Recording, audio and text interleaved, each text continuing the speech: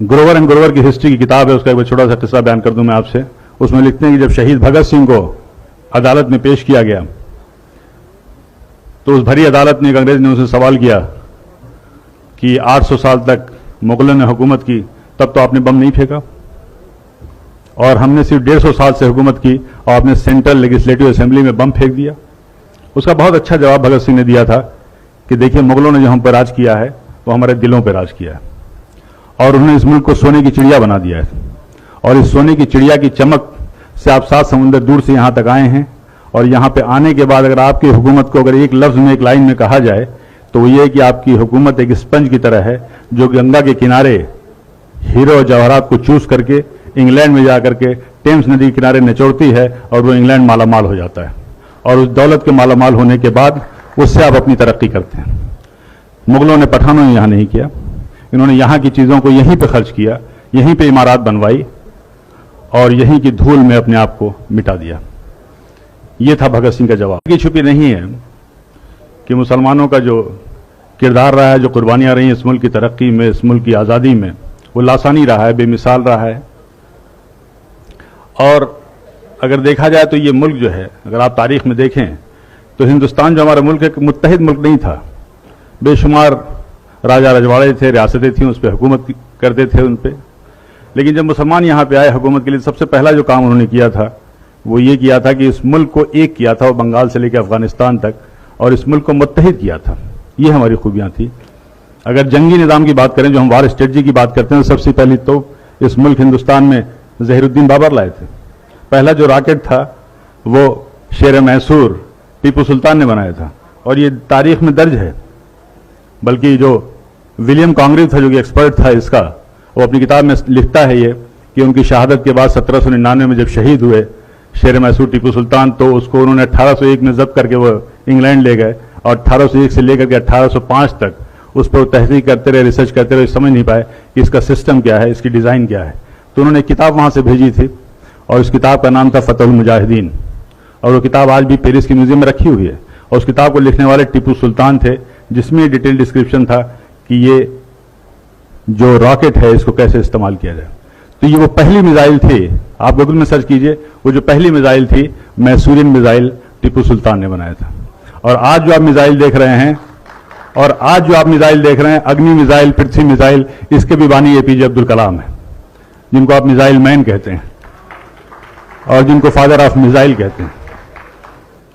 और अगर आप कस्टोडियन जो आप कहते हैं, जो रेवेन्यू का सिस्टम है, ये सब शेरशाह सूरी का दिया हुआ है, and he was one of the best administrator. Police का निज़ाम किया था, डाक का निज़ाम किया था, और सबसे पहली सड़क इस मुल्क में बनी थी शेरशाह सूरी ने बनवाई थी। करेंसी सिस्टम में बदलाव लाए थे। रुपए जो जिसको कहते हैं आप यूज, शेरशाह सूरी का वो था।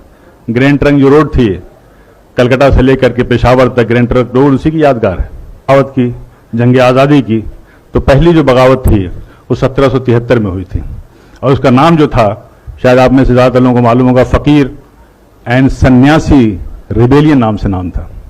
यानी बंकिम चटर्जी जी ने अपनी आनंद मठ की किताब में साफ साफ लिखा है कि उस जमाने में जो फ़कीर और सूफी हुआ करते थे, जो साधु और सन्यासी हुआ करते थे, वो एक साथ जाते थे, झुंड का झुंड जाते थे, और अंग्रेज़ों के गोदाम में वो लूटते थे, और उस कहत के दौरान वो जो अनाज लाते थे वहाँ से, वो हिंदू और मुसलमानों में तकसीम किया करते थे। और ये सिलसिला तकरीबन 50 साल तक चला। इसका पूरा तारीख में डिस्क्रिप्शन है। पहली जो जंग आज़ादी थी वो 1857 की थी। और जिस फतवा वर्ड हम कहते हैं, जंग आज़ादी के सबसे पहला फतवा फजल हक खैराबादी ने दिया था। अल्लामा फजल हक खैराबादी ने यह फतवा दिया था जंग आज़ादी में अंग्रेज़ों के खिलाफ मुहिम का, और उस फतवे का यह असर था कि दिल्ली जैसी राजधानी को हमने फतह किया था। लेकिन उसके बाद से ये तारीख में लिखा हुआ है कि लेफ्टिनेंट जनरल हडसन लिखते हैं कि जब हमने दोबारा बड़ी मेहनत और मशक्क़त से दिल्ली को फतह किया, तो उस वक्त इंग्लैंड से एक खत आया था, एक टेलीग्राम आया था, उसमें साफ साफ लिखा हुआ था कि देखो ये जंग आज़ादी जो है 1857 की, ये जंग आज़ादी दरअसल उलमाए कराम की जंग आज़ादी, और उन उलमाए कराम के लिए बड़े फ़ख्र से वो लिखता है कि हमने न जाने सैकड़ों उलमाए कराम को बगैर किसी मुकदमा चलाए हुए फांसी दे दिया। और ये कोटेड है, तारीख के फिगर्स में बता रहा हूँ कि उस ज़माने में जिन्हें 51,200 लोगों को फांसी दी गई थी, उसमें से तकरीबन 27,000 से ज़्यादा उलमाए कराम थे जिनको फांसी दी गई थी। वीर सावरकर ने अपनी किताब में जॉन मैकलसन का हवाला देते हुए कहा था कि 1857 की जंग आज़ादी में अगर सबसे ज़्यादा किसी का नुकसान हुआ तो मुगल की जो आखिरी रोशनी थी, आखिरी बादशाह थे बहादुर शाह जफर का हुआ। और उन्होंने उसका जॉन मैकलसन का हवाला देते हुए लिखा है कि एक बार उनको नाश्ते पे जब उनसे इसरार किया गया तो बहादुर शाह जफर ने कहा था कि मुझे ख्वाहिश नहीं है। उसके बाद से वो लिखता है कि हम लोगों ने उनकी आंख में जहरीले ऑइंटमेंट लगाना शुरू कर दिए ताकि उनकी बीनाई चली जाए। और उन्हें इस बात का इल्म था कि इस्लामी कानून में, इस्लामी शरीयत में कोई नाबीना अंधा शख्स कहीं का हुक्मरान नहीं हो सकता। और फिर वो दिन भी आया जब उनसे उनकी मर्जी के खिलाफ नाश्ते में उनके प्लेट पे लाल मखमल से ढके हुए 3 सर लाए गए थे, जिनमें 2 सर उनके बेटों के थे और 1 सर उनके पोते का था। ये थी कुर्बानियां। क्या जुल्म सितम के बाद भी मुसलमानों के लिए कहना पड़ेगा कि जंग आज़ादी में शरीक थे या नहीं? क्या अब भी इस उन्वान की जरूरत है? अब भी इस प्रोग्राम की जरूरत है? क्या चांद सितारों की मौजूदगी के लिए बहस होगी? कतई नहीं।